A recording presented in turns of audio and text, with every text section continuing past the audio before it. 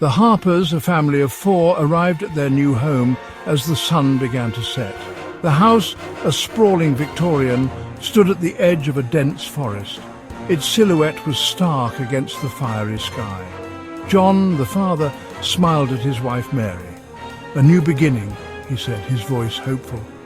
Mary, her eyes fixed on the dark woods, couldn't shake off a feeling of unease. The forest seemed to press in on the house, its silence heavy and expectant. Their children, 10-year-old Billy and 8-year-old Lily, were too excited about the move to notice their mother's apprehension. They raced each other to the porch, their laughter echoing in the stillness. As John unlocked the front door, a flock of crows erupted from the nearby trees, their harsh cries piercing the quiet. Mary flinched, her heart pounding. She turned back to look at the forest one last time, a shiver running down her spine. The shadows from the trees seemed to stretch and writhe as darkness fell. John's voice startled her. "Come on, Mary," he said, stepping aside to let her enter. "It's just a forest." But even as he spoke, his voice held a slight tremor, betraying his own unease. The house, though grand, felt cold and unwelcoming. The first few weeks in the new house were punctuated by strange occurrences. Whispers seemed to emanate from the woods, faint and unintelligible. Shadows danced at the edge of their vision, gone as soon as they were noticed. Billy swore he saw a figure standing at the edge of the woods, its eyes glowing in the darkness. John dismissed it as an overactive imagination, but Mary couldn't shake off the feeling that they were being watched. The noises at night were the most unsettling. Scratching sounds came from the attic, followed by soft thumps. One night, Mary woke to the distinct feeling of a cold presence in the room. She sat up in bed, her heart racing, but saw nothing. She told John about it the next morning, but he simply patted her hand reassuringly. "It's an old house, Mary," he said. "It's going to make some noises." But even as he said it, he couldn't help but feel a prickle of unease. He couldn't shake off the feeling that something wasn't right.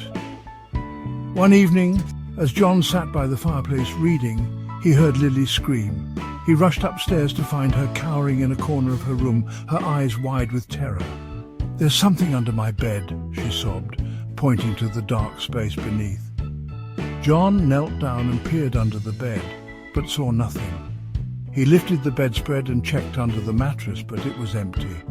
Lily continued to cry, insisting that something had touched her. John tried to calm her down, but her fear was contagious. That night, as he lay in bed next to Mary, he couldn't shake off the image of Lily's terrified face. He knew he couldn't ignore what was happening any longer. The atmosphere in the house grew thick with unspoken fear. The whispers from the woods seemed louder now, laced with a strange melody. The shadows grew bolder, taking on shapes that sent shivers down their spines. The children, once eager to explore their new surroundings, refused to leave the house. One afternoon, as Mary was preparing dinner, she felt a cold breath on the back of her neck. She spun around, her heart pounding, but there was no one there. The kitchen window was open, a cool breeze rustling the curtains. She distinctly remembered closing it earlier. Unease gave way to a chilling certainty. They were not alone. John, sensing her growing fear, tried to remain calm.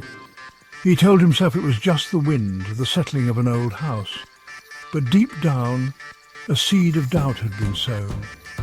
The events became more frequent, more intense. Objects moved on their own. Doors slammed shut without reason.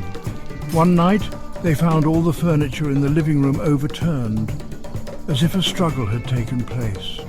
The children were now plagued by nightmares, their once peaceful sleep filled with images of dark figures and menacing whispers. Mary's once vibrant spirit was fading, replaced by a haunting dread. She felt a constant presence in the house, watching, waiting. John, desperate to maintain a semblance of normalcy, suggested a family outing. "Let's go into town," he said, trying to sound cheerful. "Get some ice cream, maybe catch a movie." But his words fell flat in the oppressive silence of the house. Billy and Lily, their eyes wide and fearful, refused to leave. "We can't," whispered Billy, clutching his sister's hand. "It doesn't want us to." Mary, her face pale and drawn, nodded in agreement. "He's right, John," she said, her voice barely a whisper. "We can't leave." John, his face hardening with a mixture of fear and frustration, sank into a chair. He felt utterly helpless, trapped in a nightmare he didn't understand. The house, once a symbol of a new beginning, was now a prison. Days turned into weeks, each one a torment. The line between reality and nightmare blurred. Sleep offered no escape, only terrifying visions that left them gasping for breath. The children, their innocence shattered, clung to their parents, their laughter replaced by whimpers of fear. John, his initial skepticism replaced by a bone-chilling certainty, began to research the history of the house and the surrounding woods. He spent hours in the local library, poring over dusty tomes and faded maps, desperate for an explanation, for a way to fight back against the unseen force that held them captive. Section 5. Echoes of the Past. John's research yielded unsettling results. The house, he discovered, had once belonged to a family named Blackwood. They had lived there for generations, their lives shrouded in rumour and speculation. Locals whispered of strange rituals, of sacrifices made in the dead of night. The Blackwood family had vanished without a trace, their disappearance as sudden as it was unexplained. The forest, too, held a dark history. Legend had it that the woods were haunted by the spirits of those who had died within its embrace. People spoke of strange lights, of voices carried on the wind. Some said the forest was a gateway, a place where the veil between this world and the next was thin. Armed with this newfound knowledge, John returned to the house, a sense of dread washing over him. He realized that they had stumbled into something ancient and evil, something that had been lying dormant for years, waiting for the right moment to awaken. He shared his findings with Mary, his voice trembling as he spoke. Her reaction was not one of surprise, but of grim acceptance. She had known deep down that something was terribly wrong. The history of the house and the woods only confirmed her worst fears.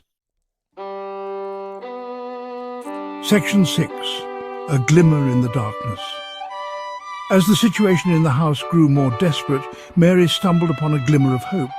While cleaning the attic, she discovered a hidden compartment in the back of a dusty old wardrobe. Inside, she found a small leather-bound journal. Its pages were filled with elegant script, the ink faded but still legible. The journal belonged to a woman named Anya, who claimed to be a descendant of the Blackwood family. In her entries, Anya wrote of a darkness that had fallen upon her family, a malevolent presence that had taken root in their home. She described the same terrifying events that the Harpers were experiencing, the whispers, the shadows, the feeling of being watched. But most importantly, Anya's journal offered a glimmer of hope. She believed that the darkness could be banished, but only by someone who was not of Blackwood blood, someone who could resist its pull, who could stand against its power. Mary's heart pounded as she read Anya's words. Could this be the answer they had been searching for? Could they, the Harpers, be the ones to break the curse that had plagued the house and the woods for generations? Section 7. The Forest's Embrace. Hope, once ignited, burned fiercely within Mary. She shared the journal with John, her voice filled with a newfound determination. They spent hours poring over Anya's words, desperate to decipher her cryptic instructions for banishing the darkness. They learned that the presence feeding on their fear was tethered to the house through a ritual, a dark pact made generations ago. Anya's journal provided a counter-ritual, a way to sever the tie and release the spirits trapped within the forest. But it was a dangerous undertaking, requiring a sacrifice of blood and a steadfast will. As they delved deeper into Anya's journal, they found a hand-drawn map hidden within its pages. It depicted the forest surrounding the house, marking a specific location with a circle and a single word, Nexus. John, his resolve hardening with each passing day, proposed venturing into the heart of the forest. "If we can reach the Nexus," he said, his voice tight with determination, "we can perform the counter-ritual." Mary, her fear overshadowed by a fierce protectiveness for her family, nodded in agreement. They would face the darkness head-on, armed with Anya's knowledge and their unwavering love for each other. Section 8. Revelation. John and Mary, armed with Anya's journal and a lantern, ventured into the oppressive darkness of the woods. The air grew heavy, the silence broken only by the sound of their own breathing. They followed the map, their hearts pounding with a mixture of fear and determination. The forest seemed to press in on them, the trees gnarled and ancient, their branches reaching out like skeletal fingers. As they neared the location marked Nexus, the forest floor opened up into a clearing. In the center stood a towering oak, its branches reaching towards the sky like arms raised in supplication. At the base of the oak they found a flat stone etched with strange symbols. It was the same symbol Anya had drawn in her journal, the symbol of the ritual. As John and Mary approached the stone, they felt a shift in the atmosphere. The air grew colder, the silence more profound. Shadows danced at the edge of their vision, their forms shifting and changing, whispering their secrets to the wind.